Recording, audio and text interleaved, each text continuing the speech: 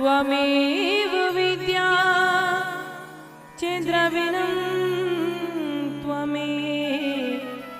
त्वमेव सर्वं मम देव देव। कर्पूरगौरं करुणावतारं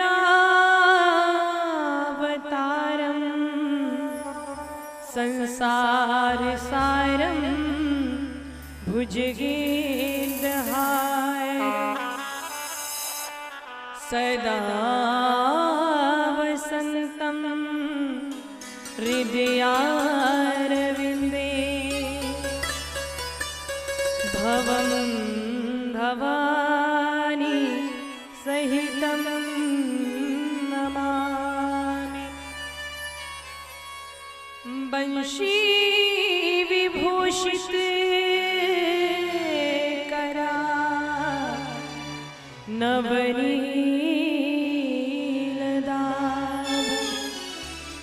पीताम्बरादरुणविं नफलाधरोष्टात्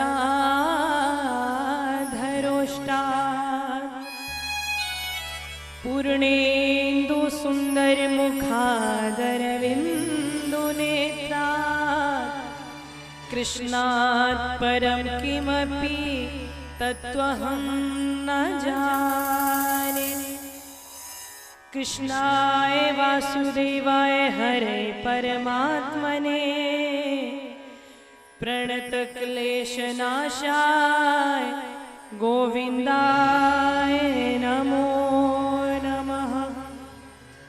सच्चिदानन्दरूपाय विश्वोत्पत्त्यादिहेतवे तापत्रय विनाशाय श्रीकृष्णाय वयं नुमः।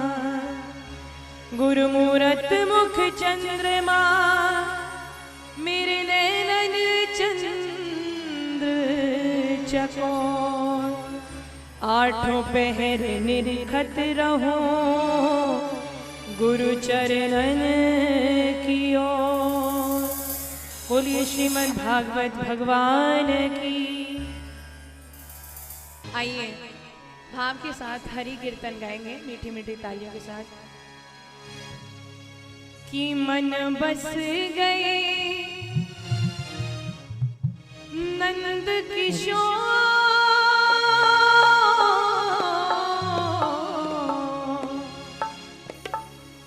अब जाना नहीं कहीं और बसा लो वृंदावन में बसा लो वृंदावन में। और ठाकुर जी को भाव के साथ कहेंगे मन बस गए नंद किशोर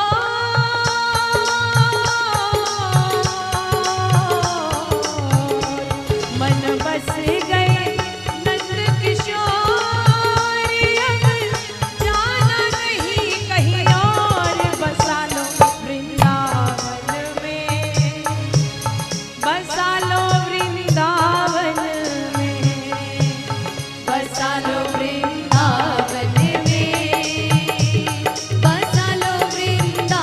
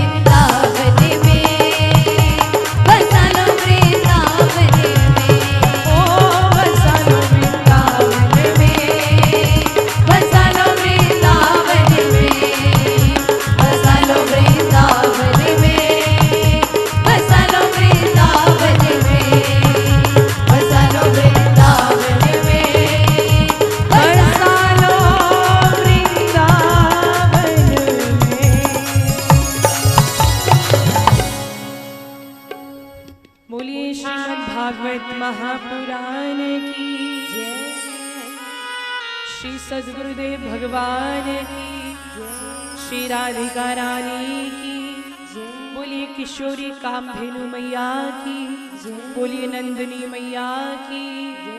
बोलिए संत भगवंत की, बोलिए भक्त समाज की, कृपामयी श्री राधिका रानी की जय। जय श्री राधे, जय जय श्री राधे, जय जय श्री राधे। सर्वप्रथम भागवत जी के समक्ष विराजमान माताएं, भागवत जी के समक्ष विराजमान सभी बंधुगण, यहाँ से बाहर जितने भी भक्तगण आवाज सुन रहे हैं, सभी को व्यासपीठ की ओर से प्यार भरा जय श्री राधे, जय श्री कृष्ण। बोल दीजिए भाव के साथ जय श्री राधे। राधे राधे तो ले लिया करो। आज तो भोजन करके आए होंगे, आज नहीं जाना, शाम हो जाए। आइए ठाकुर जी के चरणों में ध्यान लगाते हुए, और आज द्वितीय दिवस भागवत गंगा में भाव श्रद्धा के साथ स्नान करेंगे और अपने ठाकुर जी अपने श्री सद्गुरुदेव भगवान के चरणों में अपना ध्यान लगाएं, मैया किशोरी के चरणों में ध्यान लगाएं और कल के प्रसंग की ओर अपना ध्यान लगाएं कि हमने कहाँ भागवत जी का विश्राम किया था। याद है कुछ? अच्छा चलो याद दिलाते हैं, परंतु आज वाला प्रसंग ना ध्यान रखना, ध्यान से सुनना। कल कथा में आओगे तो पहले ही बता दिया है, कल सारे प्रसंग पूछे जाएंगे। अब ऐसा ना हो कि इस डर से कल आओ ही ना। बोल दो राधे राधे। तो आना है कल और भागवत जी को ध्यान पूर्वक श्रवण करना है। कल हम सभी चर्चा कर रहे थे ठाकुर जी के चरणों में बैठ करके कि नैमिषारण्य क्षेत्र में 88,000 ऋषियों का समागम हुआ है और श्री सूत जी महाराज का आगमन हुआ है। तो इधर सूत जी महाराज को उच्च आसन पर बिठाया है और भक्तों, क्योंकि ज्ञान वृद्ध है श्री सूत जी महाराज, तो उनका वंदन किया है। श्री शौनक जी महाराज ने श्री सूत जी महाराज के वंदन किया है और प्रश्न किए हैं। बोले, हे श्री सद्गुरुदेव, आपका ज्ञान कलयुग के जो भक्त हैं उनके अंधकार को दूर करने वाला है, इसीलिए आप हमें कोई ऐसी कथा सुनाएं, कोई ऐसी चर्चा करें हमारे साथ और ये बताएं कि संसार के लोगों को श्री कृष्ण की प्राप्ति कैसे हो। हे ईश्वर, हमने सुना है कि इस कलयुग में लोगों की प्रवृत्ति ही चेंज हो जाएगी, लोगों की बुद्धि ही बिगड़ने लग जाएगी। और गोस्वामी तुलसीदास जी कहते हैं, बोले भैया कलयुग में देखो कैसे कैसे जीव होंगे कि काहू की जो सुनए बड़ाई, श्वास ले जनु जोड़ी आई। बोले कलयुग में अगर किसी की बड़ाई होगी ना, सुनेंगे कि सामने वाला व्यक्ति नित्य प्रतिदिन प्रोग्रेस कर रहा है, हमसे आगे बढ़ रहा है, तो उनको बिल्कुल भी खुशी नहीं होगी। बोले ऐसे लोगों का क्या करना चाहिए महाराज? बोले और तो और, बोले जब काहू के देख है विपत्ति, सुखी भय मानहु जग नृपति। सुनेंगे किसी के यहाँ विपत्ति आ गई, कष्ट आ गया, तो मानो संसार में जितनी संपत्तियां सबके राजा बन गए, इतनी खुशी होती है। ऐसे लोग कलयुग में। बोले और तो और महाराज, और कारण सुनिए जिनका कार्य ही केवल इतना होगा। बोले क्या भैया? कि झूठ ही लेना, झूठ ही देना और झूठ ही भोजन, झूठ चबेना। जो भैया हर समय झूठ ही झूठ बोलेंगे, और तो और जो ना तो माँ बाप जी की सेवा करेंगे, ना गुरु चरणों में ध्यान रखेंगे, ना भागवत जी में कोई श्रद्धा होगी, ना सत्संग सुनने में कोई इच्छा होगी। गोस्वामी तुलसीदास जी कहते हैं, बोले मात पिता गुरु विप्र न मानहि, आप गए अरु घाले आनहि। बोले अरे प्रभु जी, जो मात पिता गुरु की कोई सेवा नहीं करेंगे और स्वयं की सेवा करवाएंगे, बोले हमें गुरु हमारी सेवा करो। बोले जब इस तरह के लोग कलयुग में होंगे तो कुछ तो होना चाहिए जो इनका कल्याण हो सके। तो श्री सूत जी महाराज जब इस तरह के प्रश्न सुनते हैं तो गदगद हो जाते हैं। बोले वाह, क्या प्रश्न किए हैं। बोले अगर कलयुग के लोगों को भव से पार उतरना है ना, तो सीधा शब्दों में बता दिया कि श्रीमद् भागवत महापुराण सुनिए, जो महाकल्याणकारी है। इसी के श्रवण मात्र मानव का उद्धार हो जाएगा। लेकिन श्री सूत जी महाराज समझा रहे हैं, बोले हे ऋषियों, देखो सतयुग, त्रेता और द्वापर, और अब है, अब कौन सा युग है? कलयुग। सतयुग, त्रेता और द्वापर में बोले बहुत भक्त थे श्री रामचंद्र जी के, ठाकुर जी के, और वो कैसे ठाकुर जी को, श्री राम जी को प्रसन्न करते। और भागवत जी में और श्री रामायण जी में गोस्वामी तुलसीदास जी ने बड़े भाव के साथ लिखा है। आइए भाव के साथ श्रवण करेंगे। और कहा है कि कृत युग सब जोगी विज्ञानी,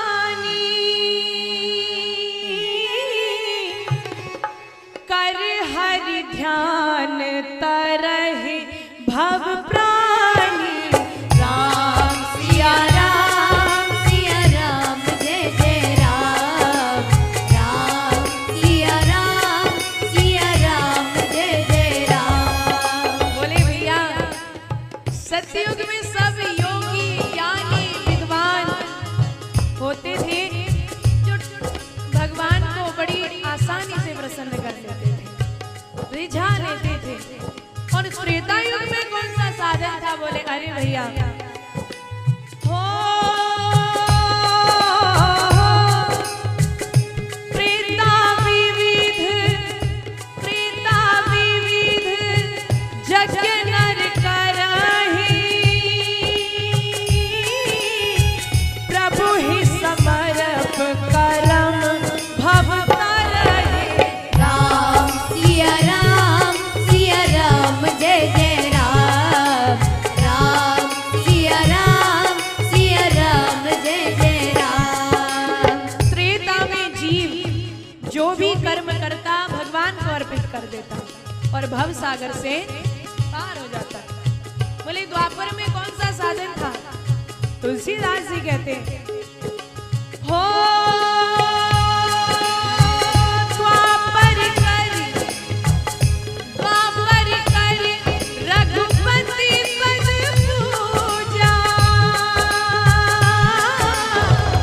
नर भव तरहि उपाय न दूजा।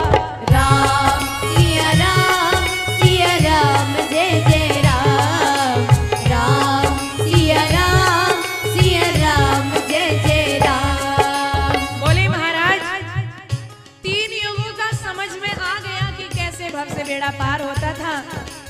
लेकिन दो लाइनें कलयुग के बारे में भी कह दीजिए। बड़ा सुंदर सा उच्चारण किया। कलयुग केवल, कलयुग केवल नामे अधारा, सुमिर सुमिर नर बुद्धि रहि पारा।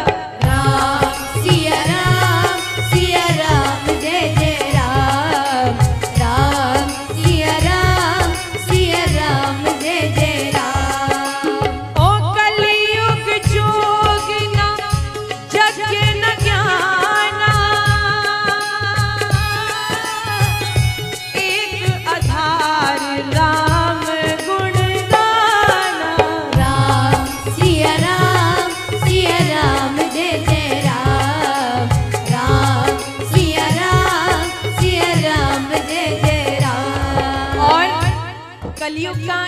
सबसे बड़ा प्रभाव क्या है?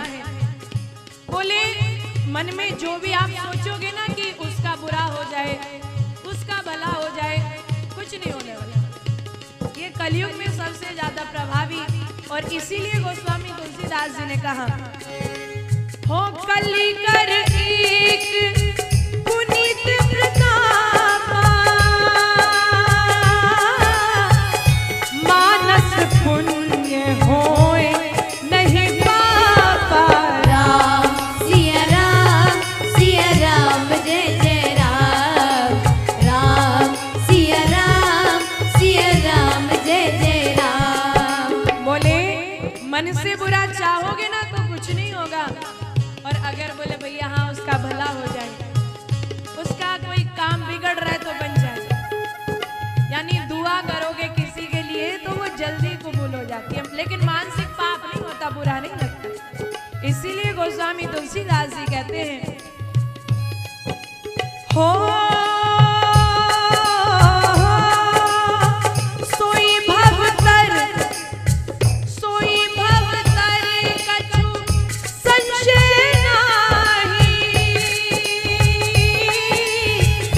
नाम प्रताप प्रगट कलिवाही। राम सिया राम जय जय राम।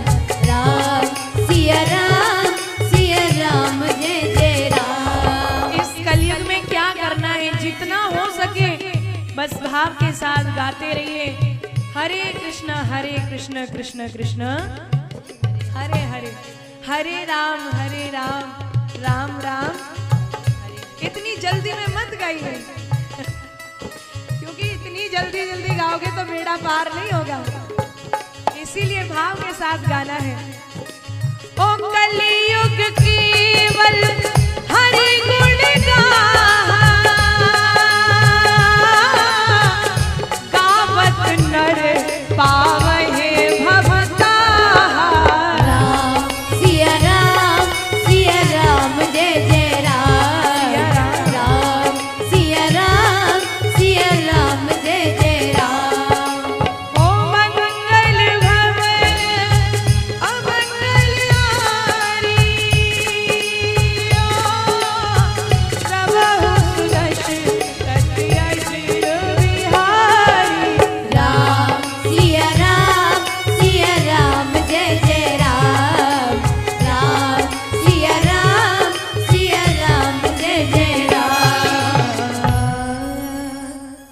इसीलिए बोले कलयुग में सबसे आसान सा, सबसे इजी सा मार्ग है कि हर समय गोविंद नाम गाते रहिए।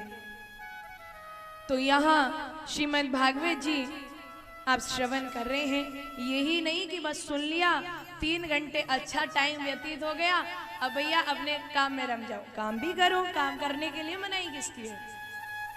लेकिन कल भी बताया था और अगले 5 दिन भी बताने की कोशिश करेंगे कि हर समय मुख पे मेरे गोविंद का नाम गाते रहिए, क्योंकि ये कलयुग है और इस कलयुग में देवता भी तरसते हैं। बोले किस लिए? बोले ये सोचते हैं कि एक बार पृथ्वी पर चले जाए, और जैसे मनुष्य भागवत सुन रहे हैं ना, वैसे ठाकुर जी के चरणों में बैठ के कथा श्रवण करें। लेकिन हम बड़े सौभाग्यशाली हैं जो मनुष्य देह प्राप्त की और ठाकुर जी के चरणों में बैठ के हरि जी का चिंतन कर रहे हैं। और क्योंकि देखो ये भागवत जी तो अमृत है। श्री सूत जी महाराज ऋषियों को समझा रहे हैं, बोले सुनो, जब राजा परीक्षित को कथा श्रवण कराई है ना श्री सुखदेव जी ने, तो इधर देवताओं को पता चल गया। तो देवता श्री सुखदेव जी महाराज के पास कलश लेके आते हैं, बोले इसको अदला बदली कर दो। बोले भागवत जी कोई पोथी पत्रा तो है नहीं और तुम कहते हो कि अदला बदली कर दो। नहीं नहीं, ये तो साक्षात कृष्ण रूप है, मना कर दिया। तो देवता जाते हैं ब्रह्मा जी से जाके शिकायत करते हैं। तो ब्रह्मा जी ने भागवत जी को तोलना शुरू किया है। एक पलड़े में समस्त साधनों को रखा है और एक पलड़े में भागवत जी को विराजमान किया है। तो भागवत जी का पलड़ा, क्योंकि भागवत जी तो साक्षात श्री ठाकुर जी हैं, भागवत जी का पलड़ा भारी हो गया। बोल दीजिए श्रीमद् भागवत महापुराण की। तो इसीलिए संत समाज कहती है ये कोई पोथी नहीं है, पुस्तक नहीं है, किताब नहीं है, अरे ये तो साक्षात कृष्ण स्वरूप है। और बोले श्री सूत जी महाराज कहते हैं, बोले नारद जी ने ब्रह्मा जी के मुखारविंद से भागवत कथा का श्रवण किया है और सुनने की विधि, श्रवण करने की विधि सनत कुमारों से सीखी है। बोले महाराज एक बात बताइए कि नारद जी तो कहीं रुकते नहीं है, नारद जी बहुत कम ठहरते हैं, चलने की ज्यादा आदत है, घूमने की, ब्रह्मांड में हरि कीर्तन करने की ज्यादा आदत है। और सनत कुमार एक जगह से दूसरी जगह जाते नहीं, फिर इन्होंने सप्ताह श्रवण विधि कैसे सीखी? तो यहाँ नारद जी के पिछले जन्म की कथा आती है, सूक्ष्म रूप में आपको कथा श्रवण कराते जाएंगे। तो यहाँ नारद जी के पूर्व जन्म की कथा आती है। बोले एक बार विशालापुरी में चारों ऋषि सत्संग करने आए थे। तो नारद जी बड़े उदास होते हैं और यहाँ एक बहुत प्यारी सी कथा भी आती है। जब नारद जी इतने उदास हुए तो इधर से उधर, उधर से उधर नारद जी घूम रहे थे। तो नारद जी की भेंट होती है सनत कुमारों से, और जब भेंट हुई तो कारण पूछा। बोले नारद जी इतना उदास कैसे हो? बोले महाराज क्या बताऊं, मैंने बहुत जगह घूमी, हर एक क्षेत्र गए, कुरुक्षेत्र गए, सेतु बंध गए, बहुत जगह भ्रमण किया, लेकिन मन की उदासी दूर नहीं हुई। बोले कारण को होगा? बोले हाँ महाराज, भ्रमण करते करते जब वृंदावन गए तो एक आश्चर्य देखा। बोले क्या? बोले यमुना जी के किनारे एक स्त्री बैठी हुई थी और उसके दाएं और बाएं में दो पुरुष विराजमान थे, यानी अचेत अवस्था में पड़े थे। उस स्त्री ने मुझे देखा, प्रणाम किया और कहने लगी महाराज आप तो श्री ठाकुर जी के परम भक्त हैं, मेरी चिंताओं का समाधान करो। मैंने नाम पूछा, अपना नाम बताओ। बोले महाराज अगर मेरा परिचय जानना चाहते हैं तो मैं द्रविड़ देश में उत्पन्न हुई, कर्नाटक में बड़ी हुई और महाराष्ट्र में युवा हुई। वहां से मैं भ्रमण करते करते गुजरात में आई। यहाँ आकर देखा तो विषयों ने मुझे घेरना शुरू किया। वहां से मैंने प्रस्थान किया वृंदावन के लिए, और वृंदावन तो भक्ति का घर माना जाता है।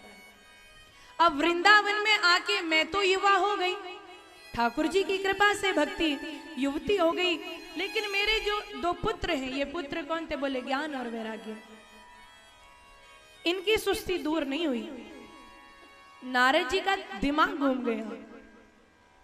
तो नारद जी को कुछ समझ में नहीं आया, अपने कमंडल से जल लिया, छिड़का, लेकिन थोड़ी सुस्ती दूर हो गई, लेकिन फिर बेहोश हो गए। अब क्या करें? आकाशवाणी हुई, बोले नारद अगर तुम इनकी अचेत अवस्था दूर करना चाहते हो तो कोई सत्कर्म करो। अब नारद जी को ये तो पता चल गया कि सत्कर्म करो। अब वो सत्कर्म है कौन सा जिसको नारद जी करें?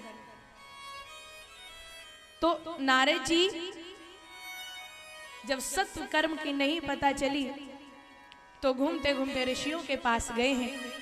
ऋषियों ने बताया है, बोले सत्कर्म ये है महाराज कि आप भक्ति ज्ञान वैराग्य को 7 दिनों तक श्रीमद् भागवत कथा का श्रवण कराइए। अवश्य ही उनकी चेतना, उनकी अचेत अवस्था दूर हो जाएगी। तो नारद जी पहुंच गए महाराज हरिद्वार, और आनंद घाट पर नारद जी ने 7 दिनों के लिए भागवत जी का आयोजन करवाया है। और वहां जैसे ही सभी को पता चला कि भागवत कथा का अनुष्ठान होने जा रहा है, तो सभी वहां भागवत श्रवण करने के लिए, यानी ऋषि संत समाज उपस्थित हुए हैं। और जब ठाकुर जी का हरि कीर्तन हुआ है तो कुछ देर के बाद भक्ति देवी वहां प्रकट हुई है। बोलिए भक्ति महारानी की। अपने ज्ञान और वैराग्य दोनों पुत्रों को लेकर के ठाकुर जी की मीठी सी कथा कानों में पड़ी है, तो ज्ञान वैराग्य की अचेतावस्था भी दूर हो गई। बोलिए प्रेम से जय श्री राधे। ये ठाकुर जी का नाम का नशा है महाराज। तो यहाँ जब भक्ति ने देखा है, सभी को प्रणाम किया है, और भक्ति देवी नाचने लगी। दोनों पुत्र ज्ञान और वैराग्य महाराज नाचने लगे, अचेतावस्था दूर हो गई। नारद जी महाराज कहते हैं, बोले यहाँ आज अलौकिक महिमा देखी, ऐसे संत समाजों के दर्शन हुए हैं, तो यहाँ भक्ति देवी कृतार्थ हो जाती हैं ठाकुर जी की कथा श्रवण करके। तो आपने भी भक्ति देवी की तरह ये 7 दिन ठाकुर जी के चरणों में अपनी लौ लगाए रखनी है। और क्या करना है? बोले मैयाओ ये भी करना है कि जब भी कथा में आओ तो समय से आ जाया करो। हम यहाँ भागवत जी में प्रांगण में आ गए और मैयाएं दूर दूर तक थी, मैयाएं 4-5, परंतु थोड़ा समय से आओ। तब ही भागवत जी का 7 दिना जब आप कथा श्रवण कर लेंगे तो आपको जो फल की प्राप्ति होगी, संपूर्ण कथा आप श्रवण करेंगे तो फल की प्राप्ति होगी। तो इसीलिए कोशिश करो कि समय से आ जाया करो। बोलिए श्रीमद् भागवत भगवान की जय। और अपने मन को वहीं लेके चलेंगे जहां हमने भागवत जी को अभी सुन रहे थे, किस तरह से गोलोक धाम में राधे रानी ने शुकदेव जी को कथा श्रवण कराई है। और आगे इसी शुक ने भगवान शिव के मुख से कथा श्रवण की है। सूक्ष्म रूप में आपको बताएंगे कि जिस समय एक रोज नारद जी, मैयाओं से मेरा हाथ जोड़ के निवेदन है, शांति रख ले। मेरे को बार बार कहने में भी अच्छा नहीं लग रहा है, यहाँ से थोड़ी सी देर की शांति और रखिएगा। कि जिस समय नारद जी महाराज वीणा लेकर के कैलाश पर्वत पर गए हैं और कैलाश पर माँ पार्वती को अकेले बैठे देखा है, तो पूछते हैं कि मैया आज भगवान शिव कहाँ गए हैं? बोले पता नहीं, बताकर नहीं गए। बोले इसका मतलब तो यह है कि भगवान शिव आपको प्रेम नहीं करते। बोले इसका क्या मतलब है? अरे भगवान शिव तो मुझे बहुत प्रेम करते हैं। बोले अच्छा, आपको सब बातें मालूम है भगवान के विषय में? बोले हाँ, सब बातें मालूम है। चलो तो मैया एक बात बताओ कि भगवान शिव के गले में जो मुंडों की माला है, वो मुंड किसके हैं? मैया को नहीं मालूम था। बोले नहीं मालूम। बोले अब तो पक्का विश्वास हो गया कि भगवान शिव आपको प्रेम ही नहीं करते। बोले अगर प्रेम किया होता तो उनके गले में जो मुंडों की माला है वो आपको अवश्य पता होती। अब नारद जी का काम है यहाँ की वहां करना, और वहां की कुछ भक्त होते हैं, देखो संत समाज कहते, बोले सतयुग त्रेता द्वापर में तो एक ही नारद थे जो यहाँ की वहां करते थे, और आज तो घर घर में नारद है जो यहाँ की वहां करते और वहां की वहां चुगलखोर। और नारद ही नहीं, बहुत सी मैयाएं भी करती हैं। तो नारद जी इतना कह के वहां से चले गए। मैया शांत भाव से बैठी है। भगवान शिव कहीं से आए? बोले आज से पहले तो जब हम आते थे तो राधे राधे बोलती थी, आज तो कुछ भी नहीं बोला। बोले सब कुशल मंगल है? बोले जाओ, आप तो बाहर से भी काले और भीतर से भी काले। बोले क्या बात हो गई? बोले अगर हमसे प्रेम किया होता तो महाराज बता देते थे कि गले में मुंडों की माला किसकी है। बोले सुनना चाहते हो? बोले सुना दीजिए महाराज। हाथ जोड़ के निवेदन किया। बोले अरे देवी, जिन मुंडों की बात कर रही हो ना, ये हमारे गले में मुंड आपके ही हैं, और आपकी याद हमें बनी रहे इसीलिए हम इन्हें घूम के अपने गले में धारण करके घूमते रहते हैं। बोले महाराज कृपा करके इतना और बता दीजिए कि हम इतनी बार मर चुकी, जन्म ले चुकी, और आप अमर हैं, कारण तो होगा। बोले इस अमर होने का कारण जानना चाहती हो? बोले हाँ महाराज। तो वहां भगवान शिव ने भक्तों आज महाआसन लगाया है और इस रहस्य को बता रहे हैं। आज श्रोता के रूप में मैया विराजमान है पार्वती, और वक्ता के रूप में भगवान शिव विराजमान है। आज भगवान शिव ने ताली बजाई तो सभी जितने भी पक्षी वहां थे सब उड़ गए, लेकिन एक अंडा वहां रह गया। आज कथा सुनाना आरंभ किया और कहते हैं कि जब भी भगवान की कथा होती है तो जवाई आने लगती है, खुद ही नींद आने लगती है। अब मैया जब कथा सुन रही थी तो मैया को मीठी मीठी नींद आने लगी। अब कहते हैं ना कि जब भी कोई मैया अपने छोटे बच्चे को कहानी सुनाती है तो अपने बच्चे को बोलती है ना कि मैं कहानी सुनाऊं तो तू हूं हूं करते रहना। आजकल तो कहानियां बंद हो गई, आजकल तो कोई इतना समय ही नहीं है किसी के पास कि कोई बच्चों को कहानी सुना सके। तो भगवान शिव ने बोला था, बोले जब मैं कथा कहूं तो तुम हुकरा देते रहना। हुकरा समझते हो? हूं हाँ कुछ भी कहते रहना। तो बोले ठीक है महाराज। अब मैया की आंखें तो बंद हो गई, नींद आ गई। अब जब भगवान शिव ने ताली बजाई थी ना तो एक अंडा पड़ा रह गया भगवान शिव के पीछे, और कथा के प्रभाव से वो अंडा फूट गया और उस अंडे में से एक छोटा सा शुक निकला। अब जब उसने मैया को सोते देखा तो वो जो पीछे तोता बैठा है वो हूं हूं कर रहा है। बोले हाँ। तो भगवान शिव को लग रहा है कि हाँ भाई कथा तो सुन रही है। तो अब किस भाव से, देखिए कितना मीठा सा भाव है, किस भाव से कथा श्रवण करा रहे हैं और वो तोता हुकरा दे रहा है। आइए भाव के साथ आप भी श्रवण कीजिए उस कथा को और किस भाव के साथ सुना रहे हैं। कि महाआसन पे महादेव जी बैठे आसन मार, कि अमर कथा जब लगे सुनाने गौरा को त्रिपुरारी उमा के तो पड़ गए सोता, यानी नींद आ गई। हुकरा दे रहा तोता। विचार करो कि जब कोई तोता हूं हूं करता होगा तो कितना मीठा लगता होगा। आइए भाव के साथ गाएंगे कि महाआसन पे महादेव जी बैठे आसन मार, अमर कथा जब लगे सुनाने गौरा को त्रिपुरार उमा के तो पड़ गए सोता। हुकरा दे रहा तोता, उमा के पड़ गए सोता, हुकरा दे रहा तोता। भगवान को कुछ नहीं पता किसने हुकरा दिया, किसने कथा सुनी, और इसीलिए कहा कि भोलेनाथ शंकर ने गौरा को कथा सुनाई। भोलेनाथ शंकर ने गौरा को कथा सुनाई। कथा हुई ना पूरी और नींद उमा को आई। कथा हुई ना पूरी और नींद उमा को आई। बहुत सी मैयाएं होती है ना, कथा में घूंघट लगा के बैठ जाएंगे। अब घूंघट क्या उठा उठा के थोड़ा ना देखा जाएगा। अब तुम्हारे पास जाके थोड़ा ना देखूं कि कौन सो रहा है कौन जग रहा है।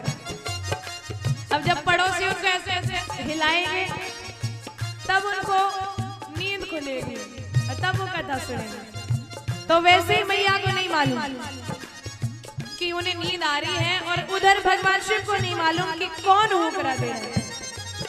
और इसीलिए कहा ओ भोलेनाथ शंकर ने गौरा को कथा सुनाई। भोलेनाथ शंकर ने गौरा को कथा सुनाई। कथा हुई ना पूरी और नींद उमा को आई।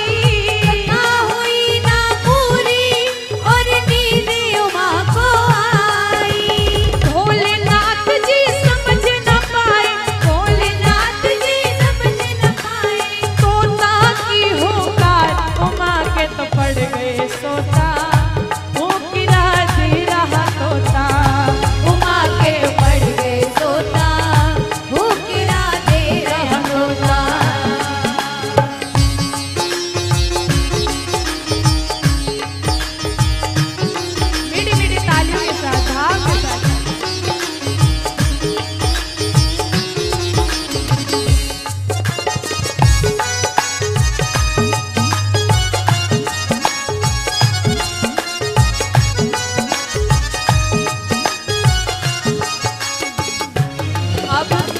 जब कथा 12वें स्कंद पर पहुंची और भगवान सारी लीलाएं समाप्त करके अपने धाम चले गए और जोरदार जयकारा लगाया भगवान शिव ने।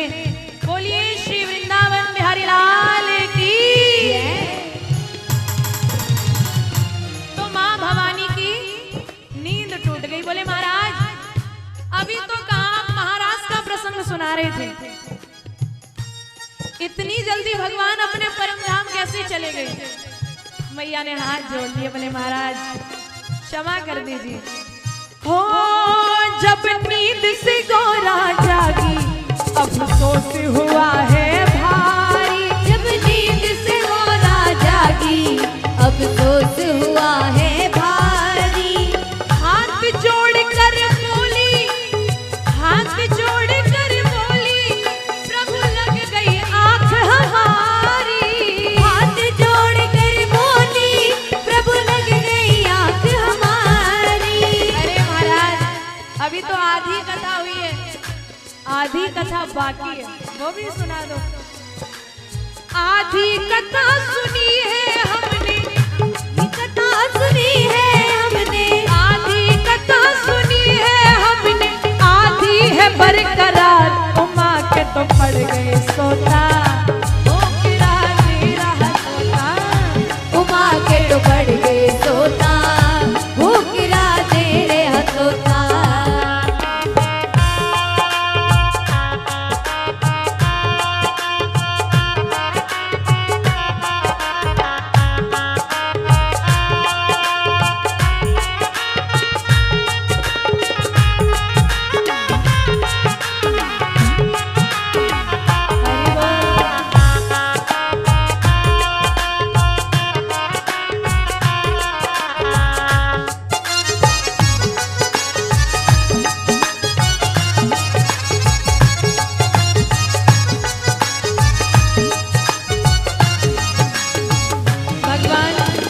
शंकर कहने लगे अगर तुमने कथा नहीं सुनी तो फिर हूँ किसने करी थी। बोले महाराज पता नहीं। फिर कहने लगे शंकर जी, कहने लगे शंकर जी, ये कथा सुनी है किसने। कहने लगे शंकर जी, ये कथा सुनी है किसने। जिंदा ना छोड़ूंगा ये दिया हो किरा जिसने। जिंदा ना छोड़ूंगा ये दिया हो किरा जिसने। अब भगवान शंकर के नेत्र क्रोध के कारण लाल लाल हो गए। अब अपने समक्ष देखा तो मात्र भवानी विराजमान है, दाएं देखा तो कोई नहीं है, बाएं देखा कोई नहीं है, पीछे नजर घुमाई तो तोता बैठा हुआ है। भगवान शंकर ने अपना त्रिशूल निकाला। अब तो डर की वजह से वो शुक कांपने लगा और वहां से उड़ने लगा। अब तो आगे आगे तोता और पीछे पीछे भगवान शिव। बोले आज तेरे को जिंदा नहीं छोड़ूंगा। बहुत से संत कहते हैं बोले क्यों भगवान शिव ऐसे क्यों किए। बोले चुपके से कथा सुनी, सुनना है कथा भागवत जी के समक्ष विराजमान होकर के कथा सुनी। दूसरा पीछे बैठ करके कथा सुनी, पीछे बैठ के कथा नहीं सुननी चाहिए। अरे आगे आगे तोता दौड़े, आगे आगे तोता दौड़े, पीछे शिव भंडार। उमा के तो पड़ गए सोता, हो किरा तेरा तोता। उमा के तो पड़ गए सोता, वो गिरा तेरे हथोता। अब तो ये तोता डर की वजह से उड़ते उड़ते आया। कैलाश पर्वत से नीचे वेद व्यास जी की पत्नी है माँ विटिका देवी, जिनको कोई संतान नहीं थी। अपने स्वामी को कहती है महाराज कोई संतान नहीं है, क्या करूं। बोले ईश्वर की कृपा है, इच्छा होगी तो घर में संतान होगी, नहीं तो नहीं। तो इतना बोली तो जवाई आ गई और जवाई लेने के लिए मुख खोलना पड़ता है। अब तोता डर की वजह से भागता आ रहा है। अब तोता डर की वजह से सूक्ष्म रूप बना लेता है, यानी छोटा रूप बना लेता है। और जैसे मैया ने मुंह खोला जवाई लेने के लिए तो मैया के गर्भ में प्रवेश कर जाता है। अरे उड़ते उड़ते तोता, उड़ते उड़ते तोता, जब वेद व्यास घर आया। उड़ते उड़ते तोता, जब वेद व्यास घर आया। वेद व्यास की पत्नी के गर्भ में जाए समाया। वेद व्यास की पत्नी के गर्भ में जाए समाया। वेद व्यास की पत्नी के गर्भ में जाए समाया। वेद व्यास की पत्नी के गर्भ में जाए समाया। कोई भी बालक अपनी माँ के गर्भ में 9 महीने लगता है। कोई बालक 11 महीने लगा लो, 12 महीने, 1 वर्ष लगा लो, 2 वर्ष, 3 वर्ष, लेकिन अद्भुत बालक अपनी माँ के गर्भ में श्री सुखदेव जी महाराज 12 वर्ष तक रहे। तो इसी कारण इनका नाम श्री सुखदेव जी महाराज पड़ा।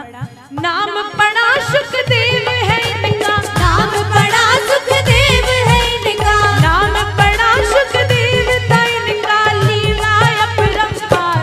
उमा के तो पड़ गए सोता, ओ फिरा जी रहा तोता। उमा के तो पड़ गए सोता, भूखरा दे रहा तोता। ओ उमा के पड़ गए सोता, ओ फिरा जी रहा तोता। उमा के तो पड़ गए सोता, भूखरा दे रहा तोता। उमा के पड़ गए सोता, ओ फिरा दे रहा तोता। बोलिए श्री सुखदेव जी महाराज की, श्रीमद् भागवत महापुराण की। तो इस तरह श्री सुखदेव जी महाराज मैया के गर्भ में प्रवेश कर गए। बोले नाना प्रकार से यहाँ वेद व्यास जी को मालूम पड़ा है, भगवान शिव उनकी कुटिया के सामने आए हैं। बोले महाराज आपके घर में हमारा चोर छुपा हुआ है। बोले महाराज कैसी बातें कर रहे हो? बोले क्या? बोले क्या चुरा लिया उसने आपका? क्योंकि आप जिस पर्वत पे रहते हो वहां चुराने लायक तो कुछ है ही नहीं। कौन से आपके पास महल हवेली है? आप तो पर्वत पे रहते हो, वहां कोई क्या चोरी करने जाएगा? बोले उसने ऐसी वस्तु चोरी नहीं की, अरे उसने अमर कथा का पान चुपके से कर लिया। आज मैं उसको जिंदा नहीं छोड़ूंगा। वेद व्यास जी महाराज कहते हैं, बोले महाराज जिसने अमर कथा का पान कर ही लिया तो महाराज वो तो अमर हो ही गया, उसको आप कैसे मारोगे? यहाँ भगवान शिव को समझ में आया है कि श्री सुखदेव जी महाराज का अवतार हुआ है और यहाँ प्रणाम करके वापस चले गए हैं। इधर समय बीतता गया, यानी 12 वर्ष जब तक हुए हैं तो स्वयं ठाकुर जी आए हैं और इस बालक को उपदेश दिया है। बोले तुम इस गर्भ से बाहर निकलो, संसार में जब तुम आओगे तो मैं तुम्हें वादा करता हूं कि तुम्हें ये माया, ये बंधन अपनी ओर नहीं खींचेंगे, तुम मेरी भक्ति में लगे रहोगे। बोले जब प्रभु ने इसको ये बात बताई है और आकर के स्वयं भगवान ने बोला है, तब 12 वर्षों के बाद ये अपनी मैया के गर्भ से निकले हैं। तो इस तरह से श्री सुखदेव जी महाराज का प्रागट्य होता है। बोलिए श्री सुखदेव जी महाराज की। संत समाज कहते हैं, श्री सूत जी महाराज संतों को बोलते हैं, कथा श्रवण कराते हैं। बोले कब भगवान अवतार लेते हैं, अवतरित भगवान कब कब होते हैं? बोले जब जब धर्म खतरे में पड़ता है और अधर्म के हित में लोग खड़े होते हैं, तब तब ईश्वर अवतार लेते हैं।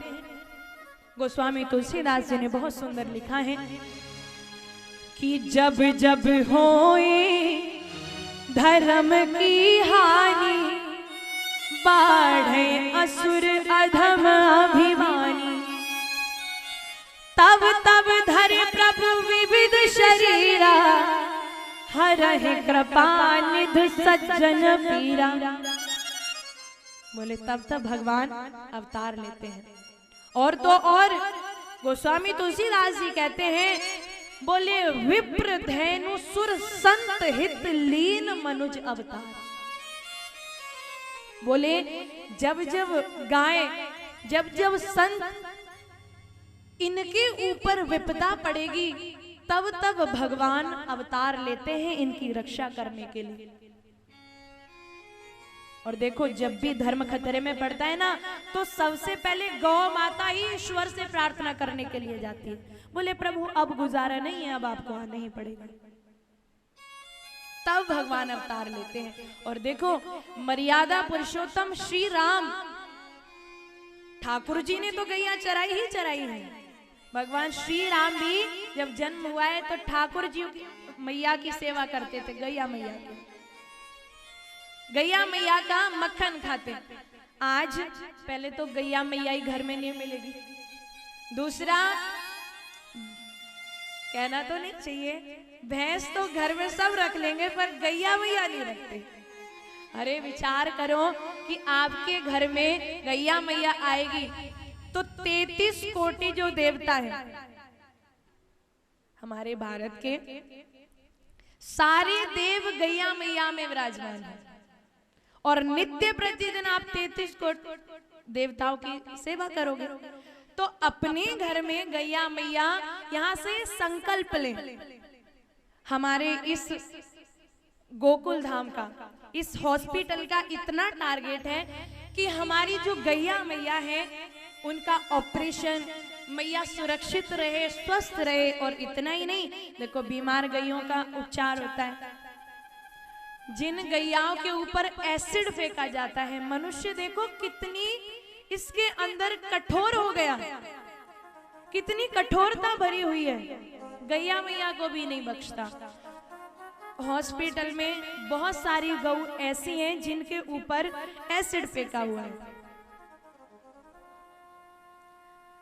और आपसे अनुरोध कि आपके यहाँ से तो पास में ही है, भागवत जी का जब विश्राम हो जाए, जब भी आपके पास समय हो, मैं ये नहीं कहती कि आप यहीं दान कर दो सारा, आपसे हाथ जोड़ के मैं यहाँ व्यासपीठ से अनुरोध करती हूँ कि आप एक दिन जरूर जाएं, एक बार वहां भ्रमण जरूर करें। तो यहाँ मेरा व्यासपीठ से ये पूरा दावा है कि आपके मन में जो गैयों के प्रति जो अब थोड़ा भाव है, वो भाव पूरा गैयों के प्रति तब्दील ना हो जाए तो कहना। तो वहां आप जाइए, गौ माता को देखिए। जैसे आपके घर में छोटे छोटे बच्चे हैं, वहां इतनी प्यारी प्यारी छोटी छोटी मैयाएं हैं कि मन करता है कि यहीं बस जाओ। तो ये तो महाराज वो भूमि है, बोले जहां भगवान श्री राम ने, भगवान श्री कृष्ण ने स्वयं गैयों को चराया हुआ, उनकी सेवा की हो, उनका मक्खन खाया हो। अपने बच्चों को ये बताओ कि जितना मक्खन में है, जितनी मक्खन के अंदर एनर्जी है, ताकत है, चाहे कितना भी कोल्ड ड्रिंक पी लेना, चाहे कितना भी चाइनीज खा लेना, बुद्धि खराब होगी और कुछ नहीं होगा, सेहत खराब होगी और कुछ नहीं होगा। तो आज से सब बंद कर दो। सिर्फ क्या करना है, बोले महाराज गऊओं का दूध पिलाओ सबको। बोले इतनी गऊ कहां से लाएंगे, इतना नहीं कर सकते। तो जो चीज आपके इस शरीर को खराब कर रही है उनसे तो बच सकते हो, बच सकते हैं ना। तो उनसे बचना है, तो ये सारी चीजों से बचोगे कब? बोले जब भी सत्संग सुनते हैं, सत्संग में ऐसी प्यारी प्यारी बातें बताई जाती है कि ऐसे करना चाहिए, ऐसे मैया की सेवा करनी चाहिए। प्रातः काल उठ के, सुबह उठ के खुद स्नान करो, मैया को स्नान कराओ, फिर उसका वंदन करो। और जैसे आप आरती करते हो ना सुबह शाम, गौशाला के अंदर भी मैया की आरती होती है, किशोरी मैया की। वैसे ही अपने घर में मैया की आरती किया करो। और आप जब भी भोजन बनाते हो तो सबसे प्रमुख रोटी, पहली रोटी किसको देनी है? बहुत सी मैयाएं क्या करती हैं, बहुत सी मैया भुक्कड़ होती है, बहुत ज्यादा भूखी रहती है। वो क्या करती है, बोले गैया मैया को बाद में देखेंगे, पहले स्वयं खा ले। नहीं, जब भी आप भोजन बनाती हो तो ये संकल्प कर लो, क्योंकि जब भी संकल्प करते हैं तो वो चीज अवश्य पूरी होती है, और संकल्प के बिना तो कुछ भी नहीं होता। तो संकल्प कर लो कि पहली रोटी हम अपनी गैया मैया के लिए निकालेंगे। और देखो हमारे भारत देश में सब ऋषि महात्मा, सब संतजन और राजा महाराजा। और देखो आज कलयुग में हमारी गैया मैया को रहने तक का स्थान नहीं है। जो गोचर भूमि हमारी मैयाओं के लिए थी उस पे भी लोग कब्जा करने लग गए, उसको भी लेने लग गए। तो ये भाव हर मनुष्य के अंदर जगे। और संत समाज ने गैया मैया का, जो गैया मैया के अंदर देवता विराजमान है, बोले गैया मैया के सींगों का पूजन करना चाहिए कि नित्य प्रतिदिन, क्योंकि गैया मैया के सींगों में इंद्र देवा के वास करते हैं। नित्य प्रतिदिन गैया मैया के सिर को पूजो, मैया से आशीर्वाद लो, क्योंकि सिर में ब्रह्मा जी का वास है और नेत्रों में साक्षात सूर्य और चंद्रमा मैया के विराजमान है। जिह्वा पे साक्षात सरस्वती मैया विराजमान है और गौमूत्र में विष्णु जी के चरण कमलों से प्रकट हुई श्री गंगा मैया का वास है। और कहते हैं, बोले आजकल तो मकान मार्बल के हो गए, पहले मकान कच्चे थे तो मैयाएं थोड़ा कष्ट भी करती थी, लीपन भी करती थी, घर में गोबर से लेपन होता था। आजकल तो भैया समर चला दिया और बस पानी वेस्ट करते रहते। पानी भी बचाने की कोशिश करो। अगर ऐसे ही पानी वेस्ट होता रहा ना तो कुछ समय के बाद हमें पीने को पानी भी नहीं नसीब होगा। तो पानी का इतना प्रयोग कीजिए जितना आपको चाहिए। तो इसीलिए गैया मैया का जो गोबर है, गोबर में साक्षात लक्ष्मी मैया विराजमान है। तो जिस मैया के अंदर सारे देवी देवता विराजमान है, क्या हम उस मैया की सेवा नहीं कर सकते? क्या उस मैया को हम एक रोटी नहीं खिला सकते? अरे ऐसी रोटियां तो आपके घर में बच भी जाती होंगी, कई बार फालतू बन जाती है, ज्यादा बन जाती है। तो उस मैया के लिए आप रोटियां जरूर निकालें। और इसीलिए संतों ने एक बहुत सुंदर सी कथा गैया मैया के विषय में बताई है। एक बहुत सुंदर सी कथा आती है कि एक सुप्रभ नामक राजा हुए हैं जो शिकार खेलने के बहुत शौकीन थे। थोड़ा ध्यान देकर सुने। तो एक दिन शिकार खेलने के लिए गए तो इन्होंने एक हिरनी को देखा कि वो हिरनी अपने नन्हे से बालक को दूध पिला रही है। तो शिकार के नशे में महाराज गए थे, उन्होंने देखा नहीं और ना दया की, सो बाण छोड़ दिया। अब बाण लग गया, दोनों घायल हो गए। अब जैसे ही उस हिरनी का अंतिम समय आया तो मरते वक्त राजा को श्राप दे देती है। बोले मेरे नन्हे से बालक को तूने जो बाण मारा है और मुझे जो बाण मारा है, मैं तुझे श्राप कर देती हूँ, श्रापित करती हूँ कि तुम सिंह बन जाओगे, शेर बन जाओगे। अब राजा ने उस समय तो सोचा नहीं जिस समय बाण मारा था। अब जब श्रापित हो गए तो हाथ जोड़ लिए, बोले मेरे से अनजाने में गलती हुई, मुझे क्षमा कर दो। अब हिरनी को जैसे ही दया आई तो हिरनी ने बोला अगर तुम्हें इस श्राप से मुक्त होना है तो तुम्हें जिस समय कपिला गाय का दर्शन हो जाएगा, कपिला मैया का दर्शन हो जाएगा, उसी समय तुम श्राप मुक्त हो जाओगे, उसी समय तुम मुक्त हो जाओगे मेरे श्राप से। इतना कहा और हिरणी के वही प्राण निकल गए, क्योंकि श्राप लगा हुआ था। तो वो राजा सिंह बन गया, शेर बन गया। और शेर बन गया इतना खूंखार जानवर कि अपने सिपाहियों को खाने लगा, आने जाने वाले लोगों को खाने लगा। एक दिन उस सिंह बने राजा को प्यास लगी। प्यास लगी तो किसी जलाशय के पास गए। बड़ी प्यारी सी नगरी है गोकुल। गोकुल में पहुंचे, देखा कि प्यास बुझ जाए, कहीं से जल मिल जाए। चलते चलते गए तो वहां एक कपिला मैया थी जो अपने कुछ समूह से बिछड़ गई थी, अपने गैया मैया के झुंड से बिछड़ गई थी। अपने उस झुंड को कपिला मैया देख रही है और जैसे यहाँ सिंह को देखा तो कपिला मैया डर की वजह से कांपने लगी। बोले अभी ये मुझे नहीं छोड़ेगा, खा जाएगा। जैसे मैया विचार करने लगी तो कपिला मैया का एक छोटा सा बछड़ा था। मैया को अपने बछड़े की याद आई और आंखों से आंसू बह रहे हैं। सिंह ने देखा तो बोला रो मत, अपने इष्ट देव को याद कर ले, रोने की जरूरत नहीं है, क्योंकि इष्ट देव को याद कर, अब मैं तुझे छोड़ूंगा।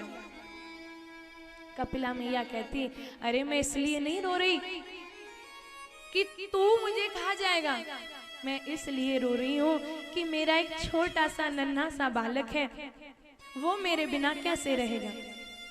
अच्छा मैं एक बार अपने बच्चे से मिल लूं, उसके बाद तू मुझे खा लेना, मैं वादा करती हूँ कि मैं तेरे पास आ जाऊंगी।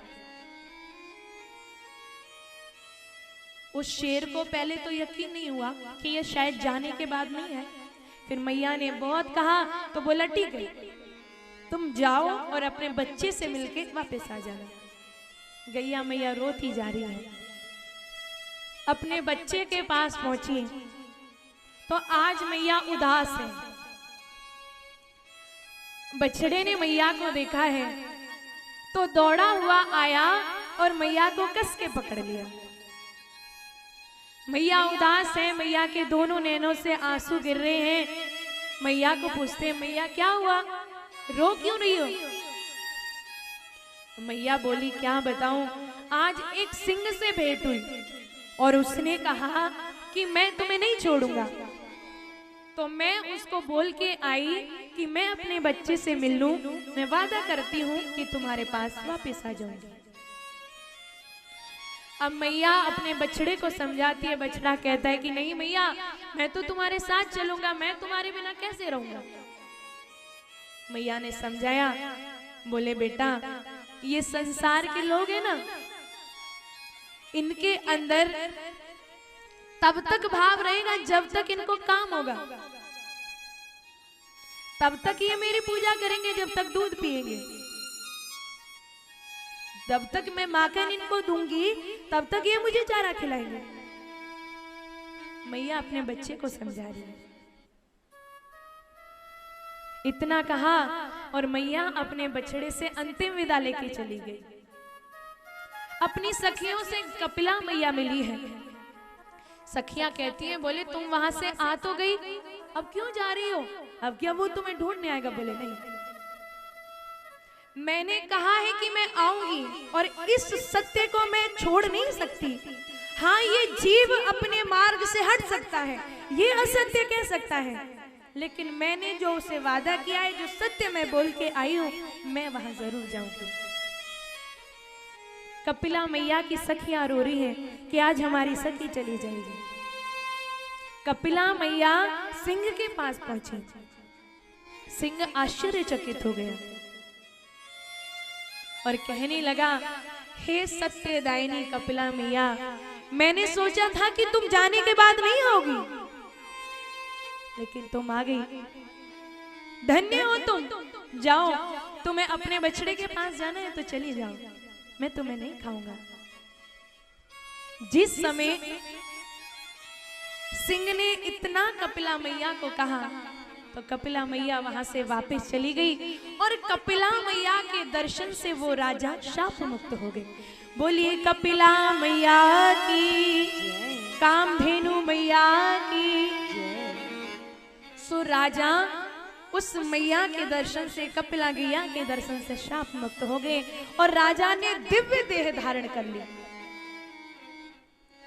मानो मैया को वंदन कर रहे हैं। बोले मैया आज तुम्हारी वजह से, तुम्हारी कृपा से आज मैं इस शाप से मुक्त हो गया।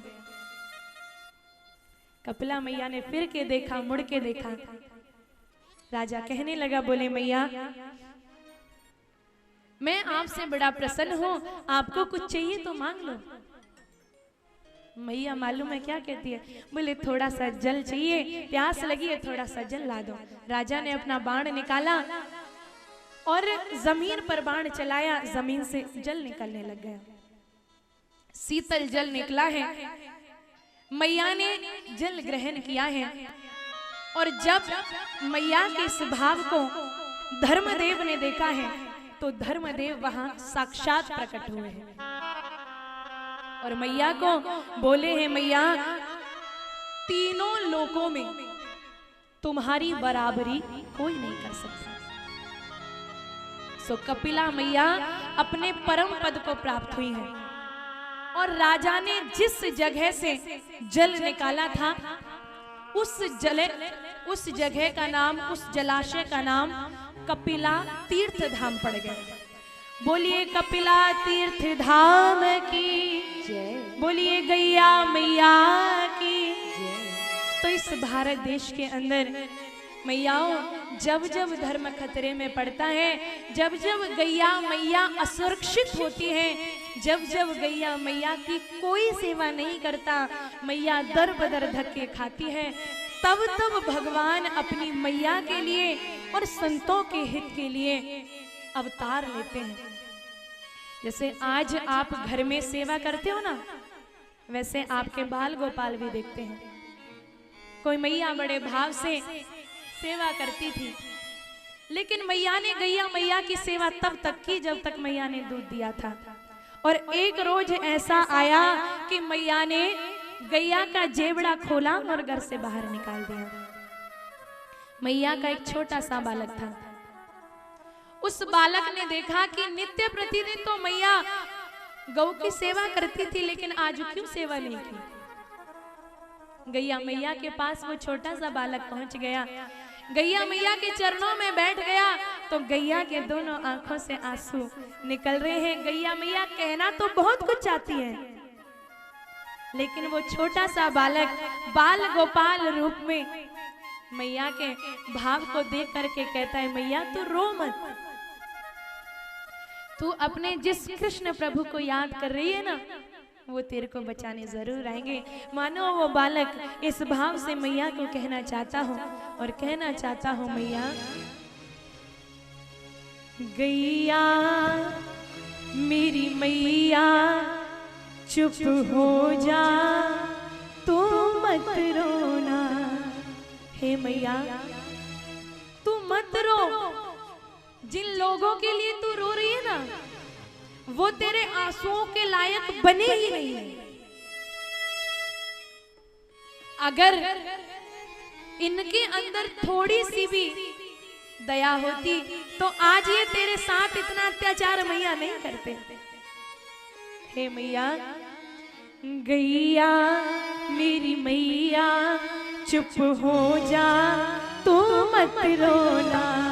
गैया मेरी मैया चुप हो जा, तू मत रोना। तेरे कृष्ण कन्हैया आएंगे, तेरे कृष्ण कन्हैया आएंगे, ग्वालों से तुझे चराएंगे, ग्वालों से तुझे चराएंगे। तेरी आंख के आंसू पोंछेंगे, जल्लाद से तुझे बचाएंगे। तू मत रोना, तू मत रोना।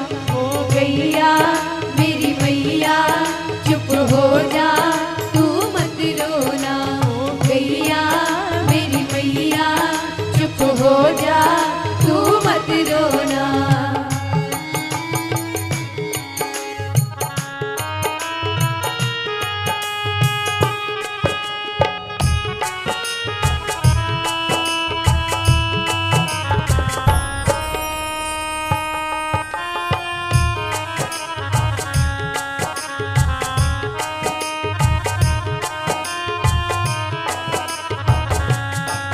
मानो वो बालक मैया को कहना चाहता हूँ, मैया क्या हुआ, मेरी मैया ने तो तुझे घर से बाहर निकाला है, लेकिन मैं तो तेरे साथ हूँ।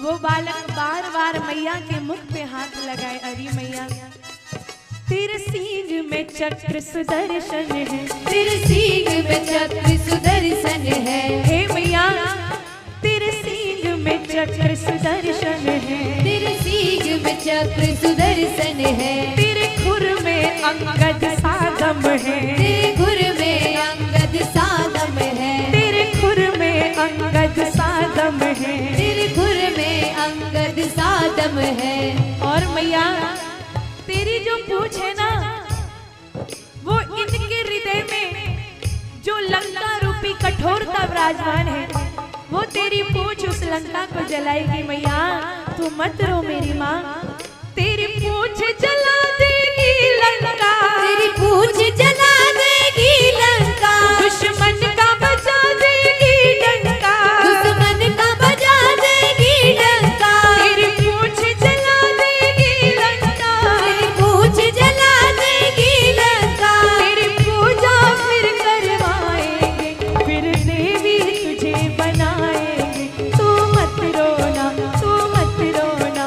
ओ गैया मेरी मैया चुप हो जा, तू मत रोना। ओ गैया मेरी मैया चुप हो जा, तू मत रोना।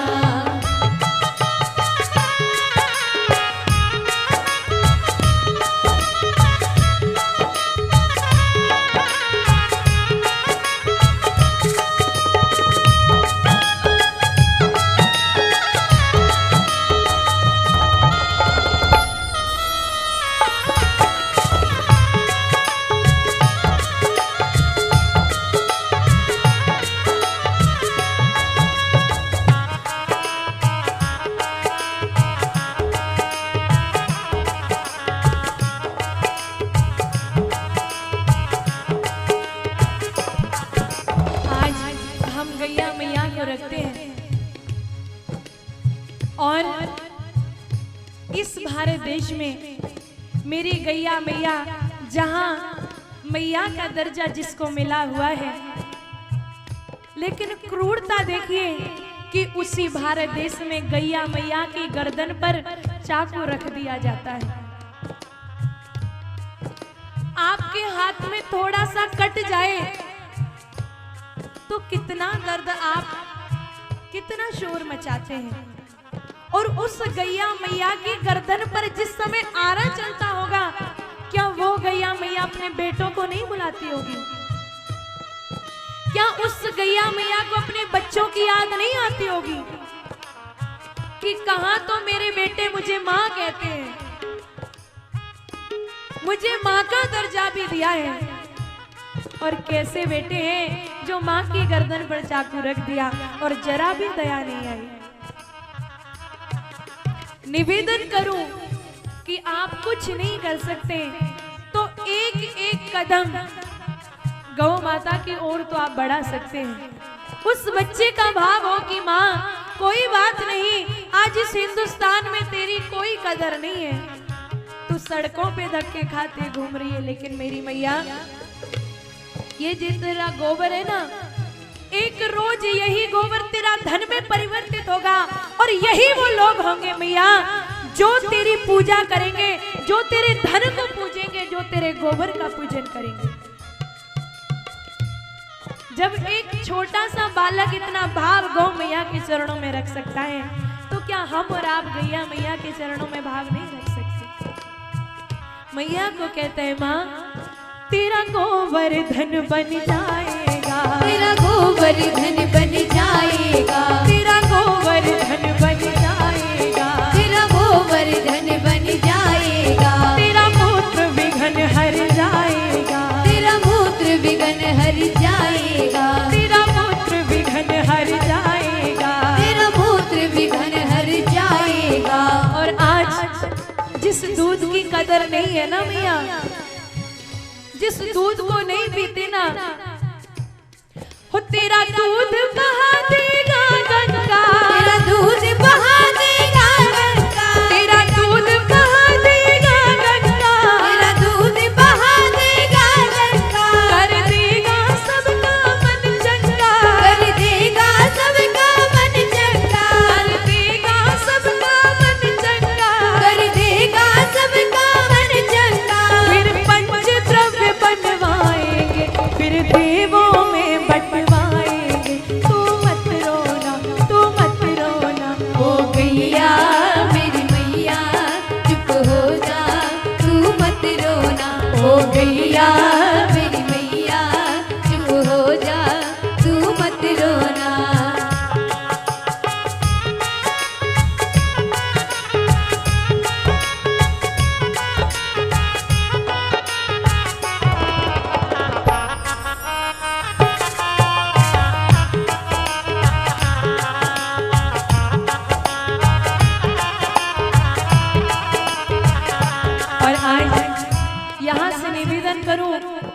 संकल्प ले कि बहुत हो गया, बहुत हो गया, अब ये नहीं होने देंगे, कि बहुत हो गया, अब ये नहीं होने देंगे, चाहे खुद का शीश क्यों ना कट जाए, पर गैया मैया का शीश नहीं कटने देंगे, नहीं कटने देंगे।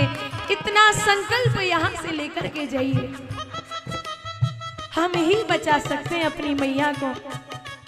और अगर आप जैसे भक्त हो और महाराज श्री जैसा समर्पण करने वाला अगर जीवन हो और गुरुजी जैसा भाव हो, तो मैं अवश्य कह सकती हूँ कि मेरी गैया मैया, गुरुजी की मैया इस संसार में एक ना एक दिन जरूर बचेगी, जरूर खुद को सुरक्षित महसूस करेगी। और गैया मैया को कहता है कि मैया कुछ देर है बस अंधेर नहीं, कुछ देर है बस अंधेर नहीं, कुछ देर है बस अंधेर नहीं, कुछ देर है बस अंधेर नहीं, अब जल्लादों की खैर नहीं, अब जल्लादों की खैर नहीं, अब जल्लादों की खैर नहीं, अब जल्लादों की खैर नहीं। जिसने उस कंस को मारा था, जिसने उस कंस को मारा था, जिसने उस कंस को मारा था, जिसने उस कंस को मारा था, और दुष्टों को संहारा था, और दुष्टों को संहारा था, और दुष्टों को संहारा था, और दुष्टों को संहारा था। अब वही कृष्ण बन जाएंगे, आकर के तुझे बचाएंगे, तू मत रोना, तू मत रोना। ओ गैया मेरी मैया चुप हो जा, तू मत रोना। ओ गैया मेरी मैया चुप हो जा, तू मत रोना। तेरे कृष्ण कन्हैया आएंगे, तेरे कृष्ण कन्हैया आएंगे, ग्वालों संग तुझे चराएंगे, ग्वालों संग तुझे चराएंगे, तेरी आँख के आंसू पोंछेंगे, जल्लाद से तुझे बचाएंगे, तू मत रोना, तू मत रोना। ओ गैया मेरी मैया चुप हो जा, तू मत रोना। ओ गैया मेरी मैया चुप हो जा, तू मत रोना। गैया मेरी मैया चुप हो जा, तू मत रोना, तू मत रोना, तू मत रोना। तू मत रोना। और कह दीजिए मैया, ओ गैया मेरी मैया चुप हो जा, तो मत रोना। मैया मत रो, एक ना एक दिन वो दिन जरूर आएगा जहां इन लोगों को तेरी कीमत समझ में आएगी, जहां इनको समझ में आएगा कि आज जो तुझे चंद पैसों के लिए बेच रहे हैं, तेरा मोल इन पैसों से नहीं है माँ, तू तो अमूल्य है, तेरा कोई मोल हो ही नहीं सकता। ऐसी गैया मैया का पूजन नित्य प्रतिदिन आप करें और अपने भाव को श्री हरि के चरणों में समर्पित करें। और इसीलिए कहते हैं कि जिस समय ये सभी दुखी होते हैं, गैया मैया दुखी होती है, संत दुखी होते हैं, तो भगवान अवतार लेते हैं। और इन्हीं अवतारों का वर्णन श्री सूत जी महाराज ने ऋषियों को किया है। और भगवान को याद करके श्री सूत जी महाराज बता रहे हैं, बोले अभी तक भगवान ने 23 अवतार लिए हैं और 23 अवतार लेकर भगवान ने नाना प्रकार की लीलाएं की हैं।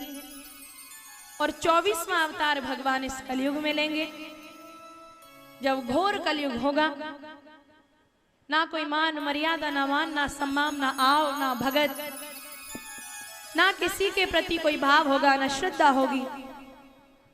तब इलाहाबाद में संभल नगरी में विष्णु दत्त ब्राह्मण के यहाँ भगवान का प्रागट्य होगा। कलयुग में भगवान आएंगे तो कल के भगवान का नाम होगा। तो इस तरह से भगवान के अवतारों की कथा यहाँ श्री सूत जी महाराज ऋषियों को श्रवण कराते हैं। और इसके पश्चात में बहुत सारी कथाएं आती हैं, क्योंकि मैया थोड़ा समय से नहीं आई थी, समय से आती है नहीं, और समय होने से पहले मैया पैरों को इधर करने लग जाती हैं, और तो और भागवत जी की तरफ पैरों को कर लेती हैं। ये मत सोचो कि दिखाई नहीं दे रहा, आगे बैठे हो तो सब दिखाई दे रहे हैं। भागवत जी की तरफ तो पैर करनी ही नहीं चाहिए। 3 घंटे में 2.5 घंटे, आधे घंटे लेट आ पाते हो, 2.5 घंटे कथा होती है, उसमें भी आप इधर से उधर से नहीं, इतने समय तो शांति के साथ सुन्न होके बैठ जाएगा। बोल दीजिए जय श्री राधे, भाव से बोलिए, आवाज तो आनी चाहिए। बोलिए राधे राधे। आपके गांव तक तो आवाज जानी चाहिए। जो लोग अपना, जो भक्त अपना टाइम वेस्ट कर रहे हैं पत्ते खेल के, वो यहाँ आके ठाकुर जी के चरणों में बैठे, इस समय को ठाकुर जी के चरणों में लगाए। आज देखिए मानव के पास समय है, समय को कैसे व्यतीत करेगा? बोले कहीं ताश खेले जा रहे हो, पत्ते खेले जा रहे हो, वहां चले जाएंगे। कहीं खामखा गप्पे मारे जा रहे हो, वहां तो बैठ सकते हैं, लेकिन हरी चर्चा हो रही हो, हरी कथा हो रही हो, वहां नहीं आ सकते। सारा समय धूम्रपान करते करते व्यतीत कर सकते हैं, परंतु यहाँ नहीं आ सकते। तो उन लोगों के कानों तक ये आवाज जानी चाहिए जो वैसे ही समय व्यतीत कर रहे हैं। बोलिए भाव के साथ जय श्री राधे। अभी भी नहीं गई मैया, कंजूसी मत करो। बोलिए भाव के साथ राधे राधे। आइए आज की भागवत जी को यहीं विश्राम देंगे। राधे